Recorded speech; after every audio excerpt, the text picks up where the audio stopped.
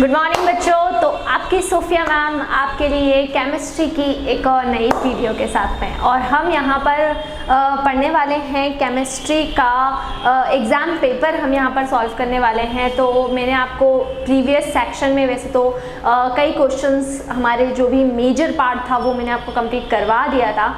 तो question number 37 से हमने स्टार्ट किया था और काफ़ी मेजर क्वेश्चंस हम ऑलमोस्ट 2020 का जो एग्ज़ाम पेपर है उसमें से कर चुके हैं। और अब फाइनली हम जो इसके स्मॉलेस्ट क्वेश्चन है, छोटे छोटे से क्वेश्चन है, इजी से क्वेश्चन है, उसके ऊपर हम आ गए हैं। तो देखिए, ओवरऑल मैं आपको बता चुकी हूँ कि जो 2020 का हमारा एग्ज़ाम पेपर था वो काफ़ी ईजी पेपर था। थोड़ा सा अगर आपने स्टडी पे थोड़ा भी अगर फोकस किया हुआ होगा तो कोई भी बच्चा इजीली इस पेपर को सॉल्व कर सकता था।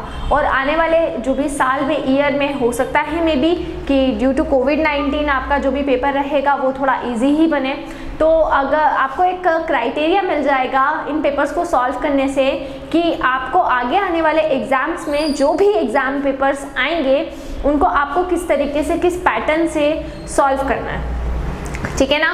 तो वही है। देखिए, यहाँ पर सीबीएसई और एमपी बोर्ड की अगर हम बात करें, दोनों का जो एग्ज़ाम पेपर होता है उसके अंदर बहुत लिटिल बिट सा एक डिफरेंस होता है कि जो सीबीएसई में आपको ज़्यादा लेंथ बढ़ानी नहीं है, शॉर्ट ही लिखना है, शॉर्टेस्ट लिखना है, स्वीट लिखना है, लेकिन आपको लॉजिकल आंसर देना रहेंगे, ठीक है ना। आपको बहुत ज़्यादा इंक्रीमेंट करने की ज़रूरत नहीं। और आपसे क्वेश्चन भी ऐसे पूछे जाएंगे जो बहुत छोटे छोटे से रहेंगे लेकिन थोड़े से लॉजिक वाले रहेंगे, टॉपिक वही टॉपिक में से रहेंगे लेकिन थोड़ा सा उसमें आपको आपका खुद का कॉन्सेप्ट, आपका खुद का लॉजिक वहाँ पर लगाना पड़ेगा। और वो आप तब लगा सकते हैं जब आपने ऑलरेडी जो बाकी का पोर्शन है अच्छे से पढ़ रखा है।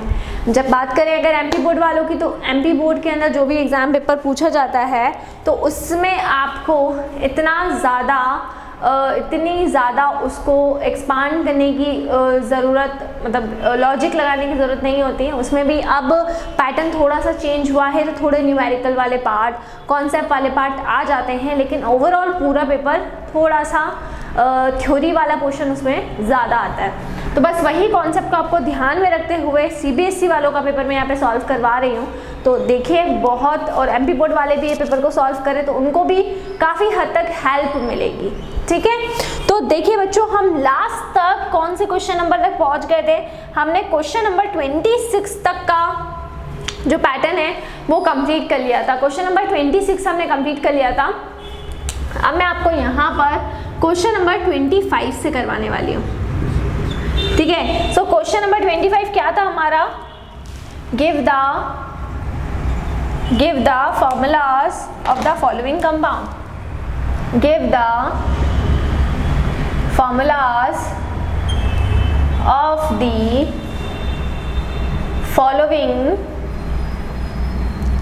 the following compounds. ठीक है। तो आपको क्या करना है, क्या बताना है? कुछ कंपाउंड्स आपको मैं दूंगी यहाँ पर और उनका आपको फॉर्मूलाज लिखना है। फॉर्मूलाज उसके आपको क्या करना रहेंगे? डिनोट करना रहेंगे। जैसे सबसे पहला एलिमेंट यहाँ पर हमारा आ जाएगा, दिया हुआ है potassium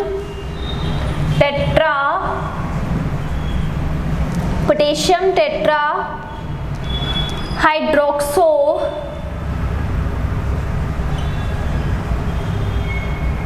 potassium tetra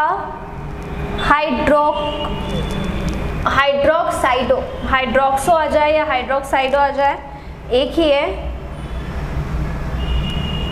zincate second,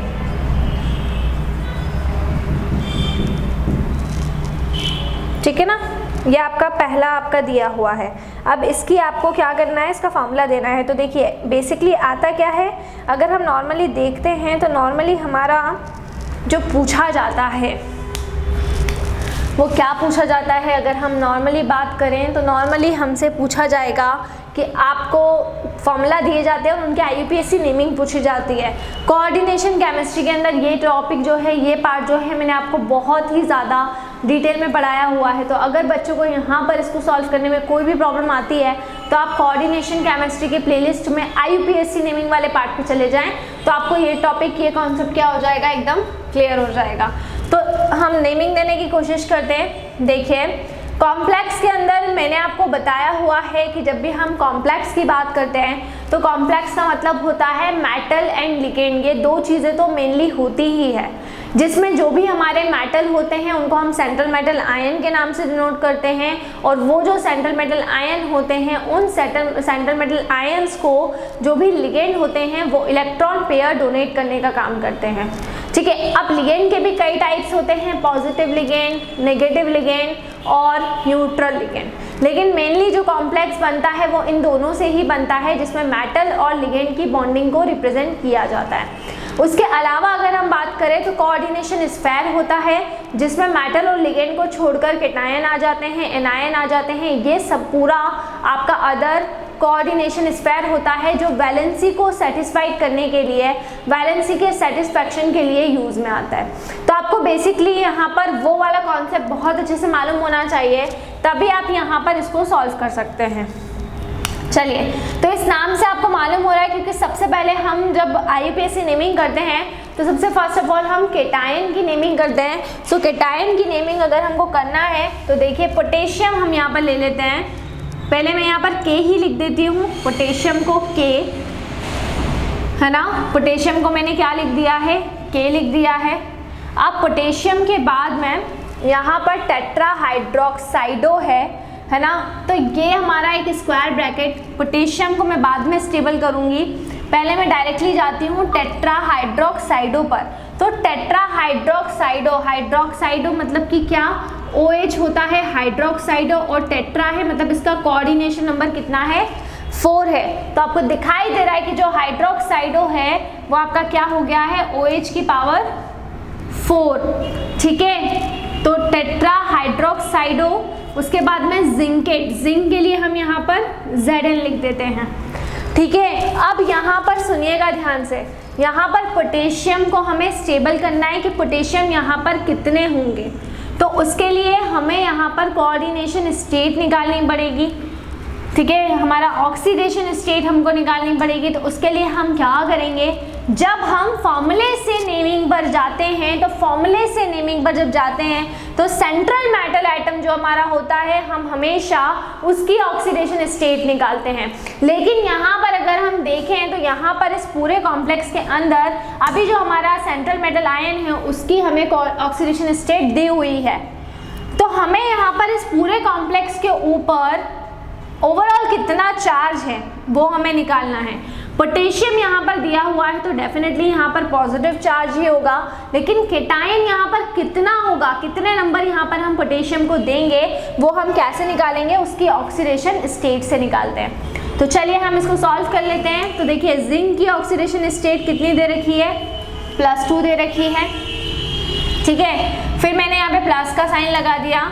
hydroxide -1 मेरा हो जाएगा, हाइड्रोक्साइड को मैं बोल दूंगी यहाँ पर -1, तो 4 × -1 और इज इक्वल्स टू में ये हो जाएगा मेरा x।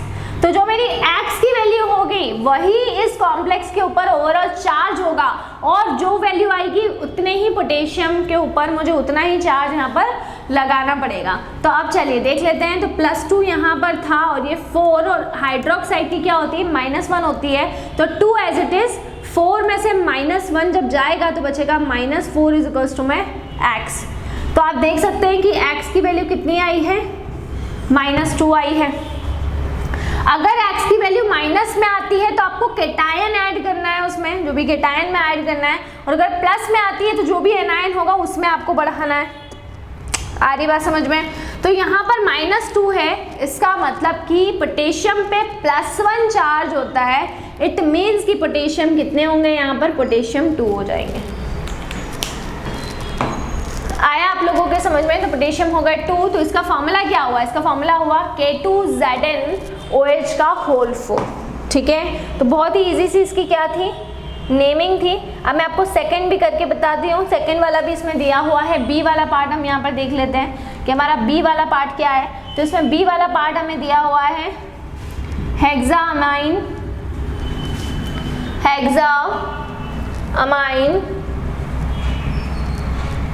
ठीक है, हेक्सामाइन प्लेटिनम 4th क्लोराइड। चलिए, हेक्सामाइन प्लेटिनम 4 क्लोराइड। अब इसका भी हम कॉम्प्लेक्स बना लेते हैं। तो देखिए इसमें कोई कैटायन नहीं है, इसमें डायरेक्टली एनायन दिया हुआ है, इसमें कोई कैटायन नहीं है, इसमें डायरेक्टली क्या है, एनायन है। तो हेक्सामाइन का मतलब क्या हो जाएगा, सबसे पहले तो अमाइन क्या होगा, अमाइन हो जाएगा NH3 और हेक्सामाइन है मतलब कि यहाँ पर आ जाएगा आपका 6 हेक्सामाइन। प्लेटिनम के लिए हम यहाँ पर ले लेंगे Pt, है ना। अब यहाँ क्लोराइड तो है, लेकिन क्लोराइड कितने लगाना है उसके लिए हमें क्या निकालना पड़ेगी, इसकी ऑक्सीडेशन स्टेट निकालना पड़ेगी। तो ऑक्सीडेशन स्टेट निकालने के लिए हम बस क्या करेंगे, प्लेटिनम का जो 4 है वो रख देंगे, क्या रख देंगे, प्लेटिनम का 4 यहाँ पर हम रख देंगे। अब अमाइन आप देख सकते हैं, अमाइन क्या हो जाएगा, 6 × 0 अमाइन हो जाएगा। तो x की वैल्यू 6 × 0 तो 0 हो गया, +4 बची, और जब +4 आएगी, जब भी +4 आएगी तो मतलब एनायन आपको ऐड करना है। अगर माइनस में आती है तो कैटायन में ऐड करना है, +4 में तो एनायन में ऐड करना है। तो यहाँ पर एनायन के केस में यहाँ पर Cl क्या हो जाएगा, Cl4 हो जाएगा, क्योंकि 4 आई है इसलिए क्लोराइड कितने हो जाएंगे, फ्लोर। क्योंकि क्लोरीन के ऊपर कितना चार्ज होता है बच्चों, क्लोरीन के ऊपर होता है -1 चार्ज, इसलिए मैंने वहाँ पर 4 लगाया है। अगर मान लीजिए यहाँ पे सल्फेट होता तो सल्फेट के केस में फिर यहाँ पर मैं 2 ही लगाती, क्योंकि मेरा 4 आ रहा है ऑक्सीडेशन स्टेट। अगर मेरा 4 आ रहा है और सल्फेट पे मतलब 2 चार्ज होता है, सल्फर की ऑक्सीडेशन स्टेट 2 होती है, तो इस केस में यहाँ पर 2 ही सल्फेट इस वैलेंसी को, इस ऑक्सीडेशन स्टेट को सेटिस्फाइड कर देंगे, इसलिए मुझे यहाँ पर फिर उस केस में 2 ही लगाना पड़ेगा। ठीक है ना। तो ये मैंने आपको दोनों करवा दिए, पोटेशियम टेट्रा हाइड्रोक्साइडो जिंकेट सेकेंड, और सेकेंड हो जाएगा हेक्सामाइन प्लेटिनम 4 क्लोराइड। ये दोनों कॉम्प्लेक्स के नेमिंग आपको काफ़ी अच्छी तरीके से पढ़ना है, ठीक है। और इसके बाद में ये हमारा कौन सा क्वेश्चन था, ये हमारा था क्वेश्चन नंबर 25, ठीक है। इसके बाद नेक्स्ट वीडियो में मैं आपको अगला क्वेश्चन करवाने वाली हूँ। हम क्वेश्चन नंबर 24 को डिस्कस करेंगे, 24 को स्टडी करेंगे। तो इसी तरह से जुड़े रहिए हमारे साथ में, वीडियोस को लाइक करते रहिए, चैनल को सब्सक्राइब करना ना भूलें। कोई भी डाउट, कोई भी क्वेरी हो उसे आप कमेंट सेक्शन में डाल सकते हैं। और अगर आप हमसे ऑनलाइन होम क्लासेस पढ़ना चाहते हैं तो हम आपको ऑनलाइन होम क्लासेस की फैसिलिटी भी प्रोवाइड कर रहे हैं। हमसे ऑनलाइन होम क्लासेस पढ़ने के लिए डिस्क्रिप्शन में जाकर सारी डिटेल्स ले लें और हमसे कांटेक्ट करें। घर पर रहें, सुरक्षित रहें, बिल्कुल भी बाहर ना निकलें, ज़्यादा से ज़्यादा पढ़ाई पे फोकस करें। और 2020 में आपको 2020 का पेपर सॉल्व करना है, ठीक है। और घर से बाहर बिल्कुल भी नहीं निकलना है, ठीक है, क्योंकि बहुत सारे केसेस हमारे इंडिया के अंदर आ रहे हैं। तो जितना हो सके घर पर रहकर ही आप स्टडीज़ करें। दूसरी चीज़, मैंने आपको 11th 12th का कंटेंट पूरा करवा दिया है, 9th का कंटेंट आपके पास में अवेलेबल है, 10th के भी कुछ चैप्टर्स आपके पास में अवेलेबल है। तो आराम से घर पे रहकर जो जिस क्लास में है वहाँ से YouTube पे जाए और जाके पढ़ाई कर सकता है। और अगर आपको हमारी पर्सनल टीचिंग की भी ज़रूरत है तो हम आपको वो फैसिलिटी भी प्रोवाइड कर रहे हैं। Stay home, stay safe and study hard. Thank you.